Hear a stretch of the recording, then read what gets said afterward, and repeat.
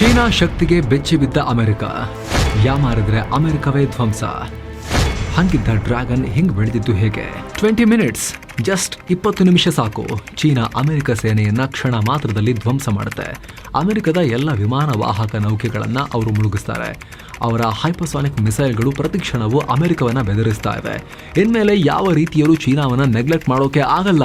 ಸ್ನೇಹಿತರೆ, ಈ ಮೇಲೆ ಹೇಳಿದ ಮಾತು ಯಾವುದೇ ಚೈನೀಸ್ ಸಿನಿಮಾ ಡೈಲಾಗೋ ಅಥವಾ ಅಮೆರಿಕದ ಶತ್ರುಗಳು ಹೇಳಿದಲ್ಲ. ಸಾಕ್ಷಾತ್ ಅಮೆರಿಕದ ರಕ್ಷಣಾ ಸಚಿವ ಪೀಟ್ ಹೆಕ್ಸೆತ್ ಹೇಳಿರೋ ಮಾತು. ಯಾವ ರಾಷ್ಟ್ರವನ್ನ ಜಗತ್ತು ದೊಡ್ಡಣ್ಣ ಅಂತ ಕರಿತಾ ಇದೆಯೋ, ಯಾವ ದೇಶ ಜಗತ್ತಿನ ಸೂತ್ರಧಾರ ಅಂತ ಪೋಸ್ ಕೊಡುತ್ತೋ, ಅದೇ ದೇಶದ ಭದ್ರತಾ ಜವಾಬ್ದಾರಿ ಹೊತ್ತಿರೋ ಲೀಡರ್ ಹೇಳಿಕೆ. ಮೇಲೋಟಕ್ಕೆ ಇದು ಚೀನಾ ವಿರುದ್ಧ ಅಮೆರಿಕದಲ್ಲಿ ಒಪಿನಿಯನ್ ಮೂಡಿಸೋಕೆ ಮಾಡಿರೋ ತಂತ್ರನೋ ಉತ್ಪ್ರೇಕ್ಷೆನೋ ಅನ್ನಿಸಬಹುದು. ಆದರೆ ಅವರ ಒಂದೊಂದು ಮಾತುಗಳ ಒಳ ಹೊಕ್ಕಿ ಹೊರಟ್ರೆ ಇಡೀ ಜಗತ್ತು ದಿಗ್ಭ್ರಮೆಗೆ ಒಳಗಾಗುತ್ತೆ. ಅಮೆರಿಕದ ಆತಂಕಕ್ಕೆ, ಅಮೆರಿಕದ ಹತಾಶೆಗೆ ದೊಡ್ಡಣ್ಣನ ಕುರ್ಚಿ ಹೇಗೆ ಕೊನೆ ದಿನಗಳನ್ನು ಎಣಿಸ್ತಾ ಇದೆ ಅನ್ನೋದಕ್ಕೆ ಚೀನಾದ ಪವರ್ ಉತ್ತರ ಕೊಡ್ತಾ ಇದೆ. ಹಾಗಿದ್ರೆ ಅಮೆರಿಕ ವಿರುದ್ಧ ಚೀನಾ ಈ ಪರಿ ಬೆಳೆದ್ಬಿಡ್ತಾ? ಹಾಗಿದ್ರೆ ಡ್ರ್ಯಾಗನ್ ಇಷ್ಟು ಬೆಳೆದಿದ್ದೆ ಹೇಗೆ?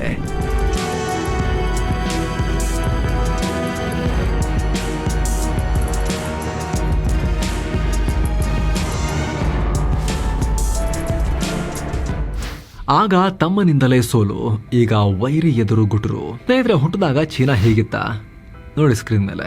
ಈ ಒಂದು ದ್ವೀಪ ನೋಡ್ತಾ ಇದ್ದೀರಲ್ಲ, ಇದರ ಹೆಸರು ಮಾತ್ಸು. ತೈವಾನ್ನಿಂದ 211 ಕಿಲೋಮೀಟರ್ ದೂರದಲ್ಲಿದೆ. ಚೀನಾದಿಂದ ಬರೀ 19 ಕಿಲೋಮೀಟರ್ ದೂರದಲ್ಲಿದೆ. ಹಾಗೆ ಇದು ಕೆನ್ವೆನ್ ದ್ವೀಪ. ತೈವಾನ್ನಿಂದ 280 ಕಿಲೋಮೀಟರ್ ದೂರದಲ್ಲಿದೆ. ಚೀನಾಗೆ ಬರೀ 19 ಕಿಲೋಮೀಟರ್ ಅಂತರ. ಬಹುಶಃ ಕಂಡ ತಕ್ಷಣ ಅನ್ಸುತ್ತೆ ಇದು ಚೀನಾದೇ ಇರಬೇಕ್ರಿ ಅಂತ. ಆದರೆ ಸರಿಯಾಗಿ ಕೇಳಿಸ್ಕೊಳ್ಳಿ ಸ್ನೇಹಿತರೆ, ಈ ಭೂಮಿಯ ಹಿಡಿತ ಇರೋದು ದೂರದ ತೈವಾನ್ ಹತ್ರ.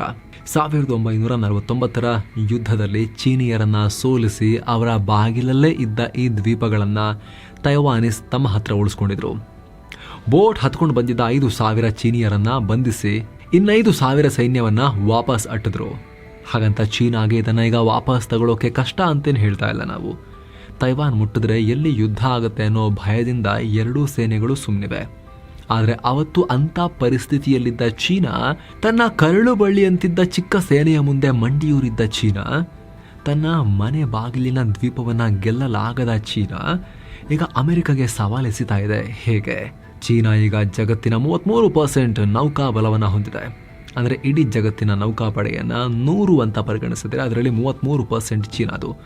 ಅಮೆರಿಕ ಬಳಿ 440 ಯುದ್ಧ ನೌಕೆಗಳಿದ್ರೆ ಚೀನಾ ಬಳಿ ಅದರ ಪ್ರಮಾಣ 754 ದಾಟುತ್ತೆ. ಚೀನಾ ಬಳಿ 47 ಫ್ರಿಗೇಟ್ಸ್ ಇದ್ರೆ ಅಮೆರಿಕ ಹತ್ರ ಒಂದೂ ಸಿಗಲ್ಲ. ಚೀನಾ 72 ಕಾರ್ವೆಟ್ಸ್ ಹೊಂದಿದ್ರೆ ಅಮೆರಿಕದ ಬಲ ಬರೀ 26. ಗಸ್ತು ನೌಕೆಗಳು ಅಮೆರಿಕ ಬಳಿ 0, ಚೀನಾ ಹತ್ರ 150. ಮೇನ್ ವಾರ್ಫೇರ್ ನೌಕೆಗಳು ಅಮೆರಿಕ ಬಳಿ 8 ಇದ್ರೆ ಚೀನಾ ಬಳಿ 36. ಸಬ್ಮರೀನ್ಗಳ ಸಂಖ್ಯೆಯನ್ನ ಗಣನೀಯವಾಗಿ ಹೆಚ್ಚಿಸಿಕೊಂಡಿರೋ ಚೀನಾ ಅಮೆರಿಕದ ಬೆನ್ನ ಹಿಂದೆನೇ ಇದೆ. ಅಮೆರಿಕ ಬಳಿ 70 ಇದ್ರೆ ಚೀನಾ ಬಳಿ 61. ಚೀನಾ 3 ಏರ್ಕ್ರಾಫ್ಟ್ ಕ್ಯಾರಿಯರ್ ಹೊಂದಿದ್ರೆ ಅಮೆರಿಕ ಬಳಿ 11 ಇವೆ. ಇಲ್ಲಿ ಏರ್ಕ್ರಾಫ್ಟ್ ಕ್ಯಾರಿಯರ್ಗಳು ಯಾವುದೇ ಸೇನೆಗೆ ತುಂಬ ಮುಖ್ಯ ಅಲ್ವಾ? ಅಮೆರಿಕನೇ ಮುಂದಿದೆಯಲ್ಲ ಅಂತ ಅನ್ನಿಸ್ಬೋದು. ವಿಚಾರ ಇರುವುದೇ ಇಲ್ಲಿ. ಎಲ್ಲ ಸರಿ ಇದ್ರೆ ಅಮೆರಿಕನೂ ಭಯ ಪಡ್ತಾ ಇರಲಿಲ್ಲ. ಹಮ್ಮು ಬಿಮ್ಮಿನ ಮಾತುಗಳು ಅಮೆರಿಕ ಬಾಯಲ್ಲೂ ಬರ್ತಾ ಇದ್ವು. ಆಗ ನರಕ ತೋರಿಸ್ತೀವಿ ಅಂತ ಇರಾನಿಗೆ ಧಮಕಿ ಹಾಕದಂಗೆ ಜಿನ್ಪಿಂಗಿಗೂ ಧಮಕಿ ಹಾಕ್ತಾ ಇದ್ರು ಟ್ರಂಪ್. ಆದರೆ ಪರಿಸ್ಥಿತಿ ಬೇರೆನೇ ಇದೆ. ಮಿಂಚಿನಂತೆ ಓಡ್ತಿರೋ ಚೀನಾ ಮುಗ್ಗರಿಸ್ತಾ ಇದೆ ಅಮೆರಿಕದ ಬಲ. ಈಗ ನೀವು ಒಂದು ಮ್ಯಾಪ್ ನೋಡ್ತಾ ಇದ್ದೀರಾ, ಇಲ್ಲಿ ತೆಳುವಾದ ಗೆರೆ ಇದೆ ನೋಡಿ. ಇದು ಚೀನಾ 1950ರ ಕಾಲದಲ್ಲಿದ್ದ ಪರಿಸ್ಥಿತಿ. ಇವತ್ತು ಚೀನಾ ಇಡೀ ದಕ್ಷಿಣ ಚೀನಾ ಸಮುದ್ರವನ್ನು ಆಳ್ತಾ, ಹಿಂದೂ ಮಹಾಸಾಗರದಲ್ಲಿ ಓಡಾಡ್ತಾ, ಪ್ಯಾಸಿಫಿಕ್ ಸಾಗರದಲ್ಲೂ ಕುಣಿತಾ ಇದೆ. ಆದರೆ ಒಂದು ಕಾಲದಲ್ಲಿ ತನ್ನ ಗಡಿ ಕಾಯೋಕ್ಕೂ ಚೀನಾಗೆ ಕಷ್ಟ ಆಗ್ತಾ ಇತ್ತು. ಒಂದು ಕಡೆ ಚಿಯಾಂಗ್ ಕೈಶೇಕ್, ಇವರು ಚೀನಾವನ್ನೇ ರೂಲ್ ಮಾಡ್ತಾ ಇದ್ರು. ಆದರೆ ಕಮ್ಯುನಿಸ್ಟರು ಹಾರಾಟ ಜಾಸ್ತಿ ಶುರು ಮಾಡಿದ್ಮೇಲೆ ಚೀನಾದಲ್ಲಿ ಅಲ್ಲಿಂದ ಓಡ್ ಹೋಗಿ ತೈವಾನಿಗೆ ಬಂದು ಸೇರಿಕೊಂಡ್ರು. ತೈವಾನ್ನಲ್ಲಿ ನ್ಯಾಷನಲಿಸ್ಟ್ ಗೌರ್ಮೆಂಟನ್ನು ಅಲ್ಲಿ ಬಂದು ಸ್ಥಾಪಿಸಿದ್ರು. ಇವರು ಚೀನಿಯರೇ ಮುಂಚೆ. ಆದರೆ ತೈವಾನಿಗೆ ಬಂದು ಸೇರಿಕೊಂಡು ಅಲ್ಲಿ ಒಂದು ರಾಷ್ಟ್ರವನ್ನು ಕಟ್ಟಿದ್ರು ಚಿಯಾಂಗ್ ಕೈಶೇಕ್. ಕಮ್ಯುನಿಸ್ಟ್ರಿಂದ ತಪ್ಪಿಸ್ಕೊಂಡು ಚೀನಾದಿಂದ, ಮೇನ್ಲ್ಯಾಂಡ್ ಚೀನಾದಿಂದ. ಆರಂಭದಲ್ಲಿ ಇದೇ ಅಧಿಕೃತ ಚೀನಾ ಆಗಿತ್ತು. ಈ ಚೀನಾಗೇನೆ ಮಾನ್ಯತೆ ಇತ್ತು. ಇವರು ಕಮ್ಯುನಿಸ್ಟ್ ಚೀನಾಗೆ ಚಾಲೆಂಜ್ ಮಾಡ್ತಾ ಇದ್ರು ಅವಾಗ. ಇನ್ನೊಂದು ಕಡೆ ಒಂದಿಡೀ ಖಂಡದಷ್ಟು ಹರಡಿದ್ದ 14,500 ಕಿಲೋಮೀಟರ್ ಉದ್ದದ ಕರಾವಳಿ ತೀರ ಅನಾಥವಾಗಿ ಬಿದ್ದಿತ್ತು. ಈ ಕಡೆ ಸೋವಿಯತ್, ಈ ಕಡೆ ಜಪಾನ್, ಇಣುಕಿದ್ರೆ ಕೊರಿಯಾ, ಹೆಜ್ಜೆ ಇಟ್ರೆ ಫಿಲಿಪೈನ್ಸ್. ಹೀಗೆ ಇಡೀ ಸಮುದ್ರದ ಸುತ್ತ ಶತ್ರುಗಳ ದೊಡ್ಡ ಕೋಟೆ ಇತ್ತು. ಮಾವನಂತ ಮಾವಗೂ ಇವರನ್ನ ತಡೆದುಕೊಳ್ಳಲಿಕ್ಕೆ ಸುಲಭ ಇರಲಿಲ್ಲ. ಆದರೆ ಆ ನಂತರ ಬಂದ ಲೀಡರ್ ಚೀನಾದ ದಿಕ್ಕನ್ನೇ ಬದಲಾಯಿಸಿದ್ರು. ಚೀನಾದ ಕೈ ಬಿಚ್ಚಿದ ಡೆಂಗ್ ಶಾಪಿಂಗ್ ವಿಶ್ವ ಮಾರುಕಟ್ಟೆಗೆ ಡ್ರ್ಯಾಗನ್ ಎಂಟ್ರಿ. ಚೀನಾದ ಸೇನೆ ಮತ್ತು ಚೀನಾದ ನೌಕಾಶಕ್ತಿ ಹೇಗೆ ಬೆಳೀತು ಅನ್ನೋದು ಗೊತ್ತಾಗಬೇಕು ಅಂದರೆ ನಾವು 80ರ ದಶಕಕ್ಕೆ ಸ್ವಲ್ಪ ಬರಬೇಕು. ಅವತ್ತಿಗೆ ಮಾವೋ ಯುಗ ಮುಗಿದಿತ್ತು. ಚೈನಾ ಕಟ್ಟರ್ ಕಮ್ಯುನಿಸಂ ಹೆಸರಲ್ಲಿ ತಿನ್ನೋಕು ಅನ್ನ ಇಲ್ಲದೆ ಜನ ಸಿಕ್ಕ ಪ್ರಾಣಿಗಳಿಗೆ ಬಾಯಿ ಹಾಕ್ತಾ ಇದ್ರು. ಈ ಹೊತ್ತಲ್ಲೇ ಚೀನಾಗೆ ಡೆಂಗ್ ಶಾಪಿಂಗ್ ಅನ್ನೋ ಹೊಸ ಲೀಡರ್ ಸಿಕ್ಕಿದ್ರು. ಯುದ್ಧ ಬೇಡ್ರಿ, ಮೊದಲು ವ್ಯಾಪಾರ ಮಾಡ್ರಿ ಅನ್ನೋಕೆ ಶುರು ಮಾಡಿದ್ರು. ಚೀನಾದ ಇತಿಮಿತಿ ಎಲ್ಲವೂ ಗೊತ್ತಿದ್ದ ಡೆಂಗ್ ಚೀನಾ ಬೆಳಿಬೇಕು ಅಂದ್ರೆ ನೌಕಾಪಡೆ, ಶಿಪ್ ಬಿಲ್ಡಿಂಗ್ ಮುಖ್ಯ ಅಂತ ಆ ಕಡೆಗೆ ಫೋಕಸ್ ಮಾಡಿದ್ರು. ಹೇಳಿ ಕೇಳಿ ಅಷ್ಟೊತ್ತಿಗೆ ಶೀತಲ ಸಮರ ಪೀಕ್ನಲ್ಲಿತ್ತಲ್ಲ. ಸೊ ಅಮೆರಿಕಗೂ ಸೋವಿಯತ್ ಪಕ್ಕದಲ್ಲಿ ಚೀನಾ ಅನ್ನೋ ಹೊಸ ಸ್ನೇಹಿತ ಬೇಕಾಗಿತ್ತು. ಸೇಮ್ ಟೈಮ್ ಆರ್ಥಿಕವಾಗಿ ಸ್ಟ್ರಾಂಗ್ ಆಗಿದ್ದ, ಜಗತ್ತಿನಾದ್ಯಂತ ಇನ್ಫ್ಲೂಯೆನ್ಸ್ ಹೊಂದಿದ್ದ ಅಮೆರಿಕದ ಸಂಘ ಮಾಡಿದ್ರೆ ತನ್ನ ಹೊಟ್ಟೆನೂ ತುಂಬುತ್ತೆ ಅಂತ ಚೀನಾಗೂ ಗೊತ್ತಿತ್ತು. ಹೀಗಾಗಿ ಡ್ರ್ಯಾಗನ್ ವ್ಯಾಪಾರದ ಹೆಸರಲ್ಲಿ ಅಮೆರಿಕದೊಂದಿಗೆ ಒಂದು ಬ್ಯಾಲೆನ್ಸ್ಡ್ ಸಂಬಂಧವನ್ನ ಹೊಂದೋಕ್ ಶುರು ಮಾಡ್ತು. ಶ್ರೀಮಂತ ಅಮೆರಿಕನ್ನರು ದುಡ್ಡು ಹೆಚ್ಚಾಗ್ತಿದ್ದ ಹಾಗೆ ದುಡಿಯೋದನ್ನ ಬಿಟ್ಟರು, ಹೊರಗಿಂದ ತರಿಸ್ಕೊಳ್ಳೋಕೆ ಶುರು ಮಾಡಿದ್ರು. ಚೀನಾದಲ್ಲಿ ಕಾರ್ಖಾನೆಗಳು ಎದ್ವು. ದಂಡಿಯಾಗಿ ಅಮೆರಿಕ ದುಡ್ಡು ಚೀನಾಗೆ ಹರಿದು ಬರೋಕ್ ಶುರುವಾಯಿತು. ಚೀನಾ ಮತ್ತು ಅಮೆರಿಕ ವ್ಯಾಪಾರಕ್ಕೆ ಬೇಕಾಗಿರೋದೇನು? ಹಡಗು. ಸೊ ಆ ಇಂಡಸ್ಟ್ರಿ ಚೀನಾದಲ್ಲಿ ಬೂಮ್ ಆಯಿತು. ಇದೇ ವೇಳೆ ಚೀನಾ ಇನ್ನೊಂದು ಆಟ ಕಟ್ತು. ಅಷ್ಟು ದಿನಗಳಿಂದ ಇದ್ದ ವೈಮನಸ್ಸನ್ನ ಮರೆತು ಸೋವಿಯತ್ ಜೊತೆಗೂ ಸಂಬಂಧವನ್ನ ಸರಿ ಮಾಡಿಕೊಳ್ತು. ರಷ್ಯಾ ಡಿಫೆನ್ಸ್ ಇಂಡಸ್ಟ್ರಿಯಲ್ಲಿ ಅಮೆರಿಕಗೆ ಸವಾಲು ಹಾಕಿದ್ದ ರಾಷ್ಟ್ರ ಅಲ್ವಾ. ಇವತ್ತು ಕೂಡ ಆರ್ಥಿಕವಾಗಿ ಅಮೆರಿಕವನ್ನ ಚಾಲೆಂಜ್ ಮಾಡಕ್ಕೆ ಶಕ್ತಿ ಇಲ್ಲ ಅಂದ್ರೂ ಕೂಡ ಮಿಲಿಟರಿಯಲ್ಲಿ ಅಮೆರಿಕಾಗೆ ಇವತ್ತು ಸವಾಲು ಹಾಕೋ ರಾಷ್ಟ್ರ ರಷ್ಯಾ. ಸೊ ಅವರ ಹತ್ರ ಆಯುಧ ತರಿಸ್ಕೊಂಡ್ರು. Defence partnership ಬೆಳೀತು.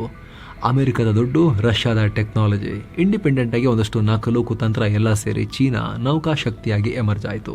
1980ಕ್ಕೂ ಮುಂಚೆ ಚೀನಾ ತಮ್ಮ ಹಡಗನ್ನ ಕಾಪಾಡ್ಕೊಳ್ಳೋಕ್ಕೂ ಕೂಡ ಲ್ಯಾಂಡ್ ಬೇಸ್ಡ್ ಫೈರ್ ಪವರ್ ಅನ್ನ ಡಿಪೆಂಡ್ ಮಾಡ್ತಾ ಇದ್ರು. ಅಂದರೆ ನೀರಿನ ಒಳಗೆ ನಿಂತು ಬಡಿದಾಡೋ ತಾಕತ್ತು ಜಾಸ್ತಿ ಇರಲಿಲ್ಲ. ನೆಲದ ಮೇಲಿನ ಏರ್ ಡಿಫೆನ್ಸ್ ಸಿಸ್ಟಮ್ಗಳೇ ಅವರನ್ನ ಕಾಪಾಡಬೇಕಾಗಿತ್ತು. ಆದರೆ 21ನೇ ಶತಮಾನದ ಆರಂಭದ ಹೊತ್ತಿಗೆ ಚೀನಾದ ಆಟಿಟ್ಯೂಡ್ ಚೇಂಜ್ ಆಯಿತು. ಚೀನಾದಲ್ಲಿ ಹೂ ಜಿಂಟಾವೋ ಅಧಿಕಾರಕ್ಕೆ ಬಂದ ನಂತರ ಇನ್ನೂ ಕ್ರಾಂತಿಕಾರಿ ಬದಲಾವಣೆಯಾಯಿತು. ಈತ ಬರೋಕು ಸ್ವಲ್ಪ ದಿನ ಮೊದಲು ಚೀನಾ WTO ಮೆಂಬರ್ ಆಗಿತ್ತು. ಇದು ಚೀನಾಗೆ ವಿಶ್ವದ ಬಾಗಿಲನ್ನು ಓಪನ್ ಮಾಡಿತು. ಡ್ರ್ಯಾಗನ್ ಸಿಕ್ಕ ಕಡೆ ತನ್ನ ಆರ್ಥಿಕ ಹಸ್ತಗಳನ್ನು ಚಾಚಿತು, ಬಾಲವನ್ನು ಕೂಡ ಚಾಚಿಬಿಡ್ತು. ಸಾಗರ ವ್ಯಾಪಾರ ಹೆಚ್ಚಾಯಿತು. ಸ್ಟೀಲ್ ಮತ್ತು ಇನ್ನಿತರ ಮೆಟಲ್ ಪ್ರೊಡಕ್ಷನ್ ಜಾಸ್ತಿ ಆಯಿತು. ಆಫ್ರಿಕಾದಂಥ ಖಂಡಗಳಿಗೆ ನುಗ್ಗಿ ಚೀನಾ ತನ್ನ ಡಿಫೆನ್ಸ್ ಇಂಡಸ್ಟ್ರಿಗೆ ಬೇಕಾದ ಮೆಟಲ್ ಕಲೆಕ್ಟ್ ಮಾಡ್ತು. ನೋಡ್ತಿದ್ದಂತೆ ಚೀನಾದ ಡಿಫೆನ್ಸ್ ಇಂಡಸ್ಟ್ರಿ, ಶಿಪ್ ಬಿಲ್ಡಿಂಗ್ ಸಾಮರ್ಥ್ಯ ಆಕಾಶಕ್ಕೆ ಏಣಿ ಹಾಕ್ತು. ಆರಂಭದಲ್ಲಿ ಕ್ವಾಲಿಟಿ ಇರಲಿಲ್ಲ, ಎಲ್ಲ ಬೈತಾ ಇದ್ರು ಏನು ಡಬ್ಬಾ ಕ್ವಾಲಿಟಿ ಅಂತ. ಆದರೆ ಬರ್ತಾ ಕ್ವಾಲಿಟಿಯಲ್ಲೂ ಇಂಪ್ರೂವ್ ಮಾಡ್ಕೊಳ್ತಾ ಬಂದರು. ಇದೆಲ್ಲದರ ಪರಿಣಾಮ ಈಗ ಅಮೆರಿಕವನ್ನ ಮೀರಿ ಚೀನಾ ಬೆಳೆದು ನಿಂತು ಬಿಡ್ತು. ಚೀನಾದ ಮಿಸೈಲ್ ಶಕ್ತಿ, ಚೀನಾದ ಟೆಕ್ನಾಲಜಿ, ಚೀನಾದ ಉತ್ಪಾದನೆ. ಇಷ್ಟು ದಿನ ಚೀನಾ ಕಂಡ್ರೆ ಅಮೆರಿಕಾಗೆ ಇದ್ದ ಜಲಸಿ ಆತಂಕವಾಗಿ ಬದಲಾಗೋಕೆ ಈ 3 ಅಂಶಗಳು ಮುಖ್ಯ ಕಾರಣ. ಅಮೆರಿಕ ರಕ್ಷಣಾ ಸಚಿವ ಹೇಳಿದ ಮಾತಲ್ಲಿ ಹೈಪರ್ಸಾನಿಕ್ ಹೆಸರನ್ನ ಕೇಳಿದ್ರೆ ಅಮೆರಿಕ ಪ್ರತಿನಿತ್ಯ ಹೆದರ್ತಾ ಇರೋದು ಇದೇ ಆಯುಧಕ್ಕೆ. ಯಾಕಂದ್ರೆ ರಷ್ಯಾ, ಚೈನಾ ಬಿಟ್ರೆ ಇನ್ಯಾರ ಬಳಿ ಕೂಡ ಇಂತಹ ಆಯುಧ ಇಲ್ಲ. ಅಮೆರಿಕ ಮತ್ತು ಭಾರತದ ಕೈಗೆ ಈಗೀಗ ಈ ಟೆಕ್ನಾಲಜಿ ಬರ್ತಾ ಇದೆ. ಆದರೆ ಚೀನಾ ಕಂಪೇರ್ ಮಾಡಿದ್ರೆ ಇವುಗಳ ವೇಗ, ಶಕ್ತಿ ತುಂಬಾ ಕಮ್ಮಿ ಇದೆ. ಯುದ್ಧ ಏನಾದ್ರೂ ಆದ್ರೆ ದೊಡ್ಡ ಪ್ರಮಾಣದಲ್ಲಿ ಹೈಪರ್ಸಾನಿಕ್ ಕ್ಷಿಪಣಿಗಳನ್ನ ಉತ್ಪಾದಿಸಿ ಅದರ ಮಳೆಯನ್ನೇ ಸುರಿಸೋ ತಾಕತ್ತನ್ನ ಚೀನಾ ಗಳಿಸ್ಕೊಂಡ್ಬಿಟ್ಟಿದೆ. ಎರಡನೇದು ತಂತ್ರಜ್ಞಾನ, ಟೆಕ್ನಾಲಜಿ. ಅಮೆರಿಕದವರೇ ಹೇಳೋ ಪ್ರಕಾರ 11 ಏರ್ಕ್ರಾಫ್ಟ್ ಕ್ಯಾರಿಯರ್ಗಳಿದ್ರೂ ಕೂಡ ಚೀನಾ ಬಳಿ ಬರುತ್ತಿರೋ ಹೊಸ ಏರ್ಕ್ರಾಫ್ಟ್ ಕ್ಯಾರಿಯರ್ಗಳನ್ನ ಮ್ಯಾಚ್ ಮಾಡೋಕ್ಕಾಗ್ತಾ ಇಲ್ಲ. ಚೀನಾ ನೌಕೆಗಳಲ್ಲಿ ನಂಬಲ ಸಾಧ್ಯವಾದ ಫೀಚರ್ಸ್ ಇವೆ. 80-90ರ ದಶಕದಲ್ಲಿ ನಿರ್ಮಾಣವಾದ ಅಮೆರಿಕನ್ ನೌಕೆಗಳಿಗೂ ಚೀನಾದ ಈಗಿನ ಮಾಡರ್ನ್ ನೌಕೆಗಳಿಗೂ ಬಹಳ ವ್ಯತ್ಯಾಸ ಇದೆ. ಡಿಫೆನ್ಸಿವ್ ಮತ್ತು ಅಫೆನ್ಸಿವ್ ಎರಡೂ ಕೇಪಬಿಲಿಟೀಸಲ್ಲಿ ಅಂತರ ಇದೆ. ಫೈರ್ ಪವರ್ ಅಮೆರಿಕಗಿಂತ ಚೀನಾ ಹಡಗುಗಳಲ್ಲಿ ಹೆಚ್ಚಿದೆ.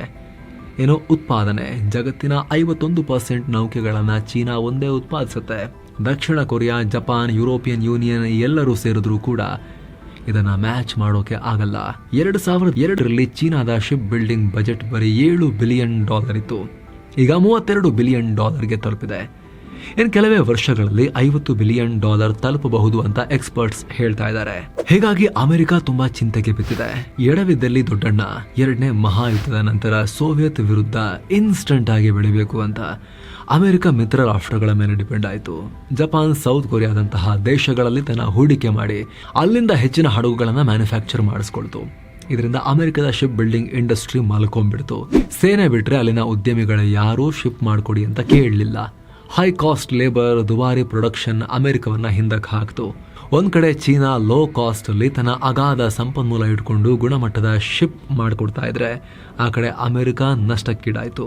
ಚೀನಾದ ಕಾಂಪಿಟೇಷನ್ ಫೇಸ್ ಮಾಡೋಕ್ಕಾಗದೆ ಅಮೆರಿಕನ್ ಕಂಪನಿಗಳು ಕುಸಿತಾ ಹೋದ್ವು. ಇದರ ಪರಿಣಾಮ ಶಿಪ್ ಬಿಲ್ಡಿಂಗ್ ನಲ್ಲಿ ಅಮೆರಿಕ ಚೀನಾಗಿಂತ 200 ಪಟ್ಟು ಕಮ್ಮಿ ಸಾಮರ್ಥ್ಯವನ್ನು ಹೊಂದಿದೆ. ಇವತ್ತಿಗೆ ಮೊನ್ನೆ ಟ್ರಂಪ್ ಅವರೇ ನಮ್ಮ ಇಡೀ ದೇಶ 1 ವರ್ಷಕ್ಕೆ ಎಷ್ಟು ಶಿಪ್ ಮಾಡುತ್ತೋ ಅಷ್ಟನ್ನ ಚೀನಾದ ಒಂದು ಕಂಪನಿ ಮಾಡುತ್ತೆ, ಇನ್ಮೇಲಾದ್ರೂ ನಾವು ಮಿಲಿಟರಿ ಮತ್ತು ಕಮರ್ಷಿಯಲ್ ಶಿಪ್ಗಳ ಪ್ರೊಡಕ್ಷನ್ಗೆ ಫೋಕಸ್ ಮಾಡಬೇಕು ಅಂತ ಹೇಳಿದ್ರು. ವರ್ಷಕ್ಕೆ ಅಮೆರಿಕ 2-3 ಹಡಗು ತಯಾರಿಸಿದ್ರೆ ಚೀನಾ 20-30 ಹಡಗುಗಳನ್ನು ರೆಡಿ ಮಾಡಿ ನೀರಿಗಿಳಿಸ್ತಾ ಇದೆ. ಸೇನಾ ಹಡಗುಗಳಲ್ಲಂತೂ ವಿಚಿತ್ರವಾದ ಟೆಕ್ನಾಲಜಿಗಳನ್ನ ಅಳವಡಿಸ್ತಾ ಇದೆ. ಸೈಫೈ ಲೆವೆಲ್ಗೆ ಹೋಗ್ತಿದೆ ಚೈನಾ. ಅಮೆರಿಕ ಒಂದು ಹಳೆ ಹಡಗನ, ಉದಾಹರಣೆಗೆ ವಿಮಾನ ವಾಹಕ ನೌಕೆಯನ್ನ ರಿಪೇರಿ ಕಳಿಸಿದ್ರೆ ಅದು ವಾಪಸ್ ಸೇನೆಗೆ ಬರೋದು 6 ತಿಂಗಳು 1 ವರ್ಷ ಕಳೆದ್ಮೇಲೆ. ಅಲ್ಲಿ ತನಕ ಅಮೆರಿಕ ಕೈಲಿ ಆ ಆಯುಧ ಇರೋದಿಲ್ಲ. ಯಾಕಂದ್ರೆ ಅಮೆರಿಕದ ಶಿಪ್ ಬಿಲ್ಡಿಂಗ್ ವೀಕ್ ಇದೆ, ಸರಿಯಾದ ಫೆಸಿಲಿಟೀಸ್ ಇಲ್ಲ. ಆದ್ರೆ ಚೀನಾಗೆ ಸಮಸ್ಯೆನೇ ಇಲ್ಲ.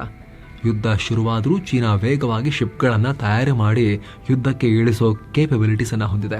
ಮೇಂಟೆನೆನ್ಸ್, ರಿಪೇರ್, ರಿಪ್ಲೇಸ್ಮೆಂಟ್ ಎಲ್ಲದರಲ್ಲೂ ಅಮೆರಿಕಗಿಂತ ಫಾಸ್ಟ್ ಆಗಿ ಚೀನಾದಲ್ಲಾಗುತ್ತೆ ಕೆಲಸ. ಹತಾಶೆಯೇ ಕೊನೆ ಆಯ್ಕೆ. ದೊಡ್ಡಣ್ಣಂಗೆ ಸದ್ಯಕ್ಕಂತೂ ಬೇರೆ ದಾರಿ ಇಲ್ಲ, ಏನು ಮಾಡೋಕ್ಕಾಗಲ್ಲ, ಹತಾಶೆ ಪಡ್ಬೇಕಷ್ಟೇ. ನೇವಿಯಲ್ಲಿ ಅಮೆರಿಕ ಚೀನಾವನ್ನ ಬೀಟ್ ಮಾಡಕ್ ಆಗಲ್ಲ ಈಗ. ಯಾಕಂದ್ರೆ ಅಮೆರಿಕದ ಶಿಪ್ ಬಿಲ್ಡಿಂಗ್ ಕಂಪನಿಗಳು ಹೆವಿ ಲಾಸ್ನಲ್ಲಿವೆ. ಅವುಗಳನ್ನ ಮೇಲಕ್ಕೆತ್ತೀವಿ ಅಂತ 2023ರಲ್ಲಿ ಬೈಡೆನ್ $24 ಬಿಲಿಯನ್ ಮೀಸಲಿಟ್ಟಿದ್ರು. ಆದರೆ ಚೀನಾ ಹಾರಾಟದ ಮುಂದೆ ಅದು ಮ್ಯಾಚ್ ಆಗಲ್ಲ. ಚೀನಾದ ಸಪ್ಲೈ ಚೈನ್ ಸಂಪನ್ಮೂಲಗಳ ಸಂಗ್ರಹ ಅವರಿಗೆ ದೊಡ್ಡ ಶಕ್ತಿ. ಸ್ಟೀಲ್ ಸೇರಿದಂತೆ ಸಾಕಷ್ಟು ಮೆಟಲ್ಸ್, ರೇರ್ ಅರ್ತ್ ಮೆಟೀರಿಯಲ್ ಮೇಲೆ ಚೀನಾ ಕಂಟ್ರೋಲ್ ಹೊಂದ್ಬಿಟ್ಟಿದೆ. ಅದನ್ನ ಏಕಾಏಕಿ ಚೇಂಜ್ ಮಾಡೋಕ್ಕಾಗಲ್ಲ. ಜೊತೆಗೆ ಚೀನಾದ ಡೊಮೆಸ್ಟಿಕ್ ಎಕಾನಮಿ ಸ್ಟ್ರಾಂಗ್ ಇದೆ. ಅಮೆರಿಕ ಕಂಪೇರ್ ಮಾಡಿದ್ರೆ ಕಮ್ಮಿ ಕೂಲಿಗೆ ಲೇಬರ್ ಸಿಗೋದ್ರಿಂದ ಈ ಪಾಯಿಂಟ್ ಇಂಪಾರ್ಟೆಂಟ್. ಚೀನಾದಲ್ಲಿ ಚೀಪ್ ಲೇಬರ್ ಅಂತ ಹೇಳ್ತಾರೆ. ಭಾರತಕ್ಕಿಂತ ಬಹಳ ದುಬಾರಿ ಇದೆ ಚೀನಾದಲ್ಲಿ ಲೇಬರ್. ಅಮೆರಿಕಕ್ಕೆ ಕಂಪೇರ್ ಮಾಡಿದ್ರೆ ಕಮ್ಮಿ ಇರೋದ್ರಿಂದ ಚೀನಾಗೆ ಆ ಅಡ್ವಾಂಟೇಜ್ ಇದೆ. ಅಮೆರಿಕದ ಮಾರುಕಟ್ಟೆಯ ಹಣ ಚೀನಾಗೆ ವಿಪರೀತ ಬರ್ತಿರೋದು ಕೂಡ ಚೀನಾಗೆ ಪ್ಲಸ್ ಪಾಯಿಂಟ್.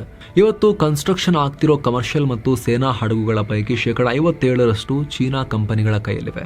20-30 ವರ್ಷಗಳಿಗೆ ಆಗುವಷ್ಟು ಆರ್ಡರ್ಸ್ ಇವೆ ಚೀನಾ ಬಳಿ. ತನ್ನ ಬ್ಲೂ ಎಕಾನಮಿಯನ್ನ ಇನ್ನಷ್ಟು ವಿಸ್ತರಿಸೋಕೆ ಮುಂದಾದಷ್ಟು ಚೀನಾ ತನ್ನ ನೌಕೆಗಳ ಮೇಲೆ, ನೌಕಾಪಡೆ ಮೇಲೆ ಫೋಕಸ್ ಜಾಸ್ತಿ ಮಾಡ್ತಿದೆ. ವ್ಯಾಪಾರಿ ಮಾರ್ಗಗಳ ಮೇಲೆ ಹೆಚ್ಚಿನ ಹೂಡಿಕೆ ಮಾಡ್ತಾ ತನ್ನ ನೌಕೆಗಳ ಸಂಖ್ಯೆಯನ್ನ, ಅದಕ್ಕೆ ರಕ್ಷಣೆ ಕೊಡೋ ಹಡಗುಗಳನ್ನ ಎಲ್ಲವನ್ನ ಜಾಸ್ತಿ ಮಾಡ್ತಾ ಇದೆ. ಇದರ ಪರಿಣಾಮ ಅಮೆರಿಕದ ನೇವಿಗಿಂತ ಚೀನಾದ ನೇವಿ ತಾಂತ್ರಿಕವಾಗಿ, ಆರ್ಥಿಕವಾಗಿ, ಗಾತ್ರದಲ್ಲಿ ಎಲ್ಲ ರೀತಿಯಲ್ಲೂ ಮುಂದೆ ಇದೆ. ಭಾರತ ಎಚ್ಚರಗೊಳ್ಳಬೇಕಾಗಿರೋದಿಲ್ಲಿ. ಚೀನಾದ ಈ ಕಂಟ್ರೋಲ್ ಭಾರತಕ್ಕೆ ಸಹಜವಾಗಿ ದೊಡ್ಡ ಬೆದರಿಕೆ. ಹಾಗೆ ನೋಡಿದ್ರೆ ಭಾರತ ಕೂಡ ಇತ್ತೀಚೆಗೆ ಸಬ್ಮರೀನ್ಗಳನ್ನು ಹೆಚ್ಚು ತಯಾರಿಸ್ತಾ ಇದೆ. ಹೊಸ ಬೇಸ್ಗಳನ್ನು ನಿರ್ಮಾಣ ಮಾಡ್ತಿದೆ. ಫ್ರಾನ್ಸ್ನಿಂದ ರಫೇಲ್ ವಿಮಾನಗಳನ್ನು, ಮರೈನ್ ವಿಮಾನಗಳನ್ನು ಕೂಡ ಖರೀದಿ ಮಾಡ್ತಿದೆ ನೌಕಾಪಡೆ ಬಳಸೋಕೆ. ಆದರೆ ಚೀನಾ ಬಳಿ ಇರೋ ಹಾಗೆ ನಮ್ಮಲ್ಲಿ ಸ್ವಂತ ಬಲದ ಆಯುಧ ತಯಾರಿ ಸಾಮರ್ಥ್ಯ ಇಲ್ಲ ಅಷ್ಟು. ಚೀನಾ ಶಿಪ್ ಬಿಲ್ಡಿಂಗ್ನಲ್ಲಿ 33% ಪಾಲನ್ನು ಹೊಂದಿದರೆ ಭಾರತದ ಪಾಲು 1%ಗಿಂತ ಕೆಳಗಿದೆ. 3 ಇಲ್ಲ. ವಾಯುಸೇನೆ, ಭೂಸೇನೆಯಲ್ಲಿ 4ನೇ ಸ್ಥಾನದಲ್ಲಿರೋ ಭಾರತ ನೌಕಾಸೇನೆ ಅಂತ ಬಂದಾಗ 6ಕ್ಕೆ ಕುಸಿಯುತ್ತೆ. ಭಾರತಕ್ಕೆ ಹಣಕಾಸಿನ ಕೊರತೆ ಇದೆ, ಹೂಡಿಕೆ ಕೊರತೆ ಇದೆ, ಇನೋವೇಷನ್, ತಲೆ ಖರ್ಚು ಮಾಡಿ ಹೊಸ ಆವಿಷ್ಕಾರಗಳನ್ನು ಮಾಡೋ ಕೊರತೆ ತುಂಬ ಇದೆ. ಒಂದ್ ಕಡೆ ಪಾಕಿಸ್ತಾನ ಚೀನಾ ಸಹಾಯದಿಂದ ತನ್ನ ನೌಕಾಪಡೆಯ ಶಕ್ತಿಯನ್ನು ವೇಗವಾಗಿ ಹೆಚ್ಚು ಮಾಡ್ತಾ ಇದ್ರೆ, ಭಾರತ ತನ್ನ ಅಗತ್ಯಕ್ಕೆ ತಕ್ಕಂತೆ ಓಡ್ತಾ ಇಲ್ಲ ವೇಗದಲ್ಲಿ.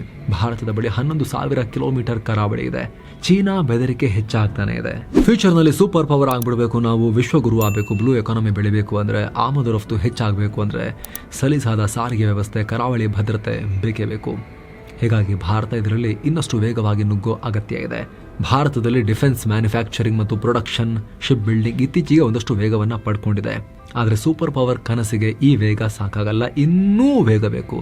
ತೆವಳ್ಕೊಂಡು ಹೋಗ್ತಿದ್ವಿ, ಇದನ್ನು ನಡೀತಾ ಇದೀವಿ. ಈಗ ಓಡೋಕೆ ಶುರು ಮಾಡಬೇಕು. ಇದಕ್ಕೆ ಸಂಬಂಧಪಟ್ಟಂತೆ ನಿಮ್ಮ ಒಪಿನಿಯನ್ ಏನು ಸ್ನೇಹಿತರೆ? ಚೀನಾ ಸಾಮರ್ಥ್ಯ ನೋಡಿ ನಿಮಗೆ ಏನು ಅನಿಸ್ತು? ಕಾಮೆಂಟ್ ಮಾಡಿ ತಿಳಿಸಿ. ಮತ್ತೆ ಭೇಟಿ ಆಗ್ತಿರೋಣ. ನಮಸ್ತೆ.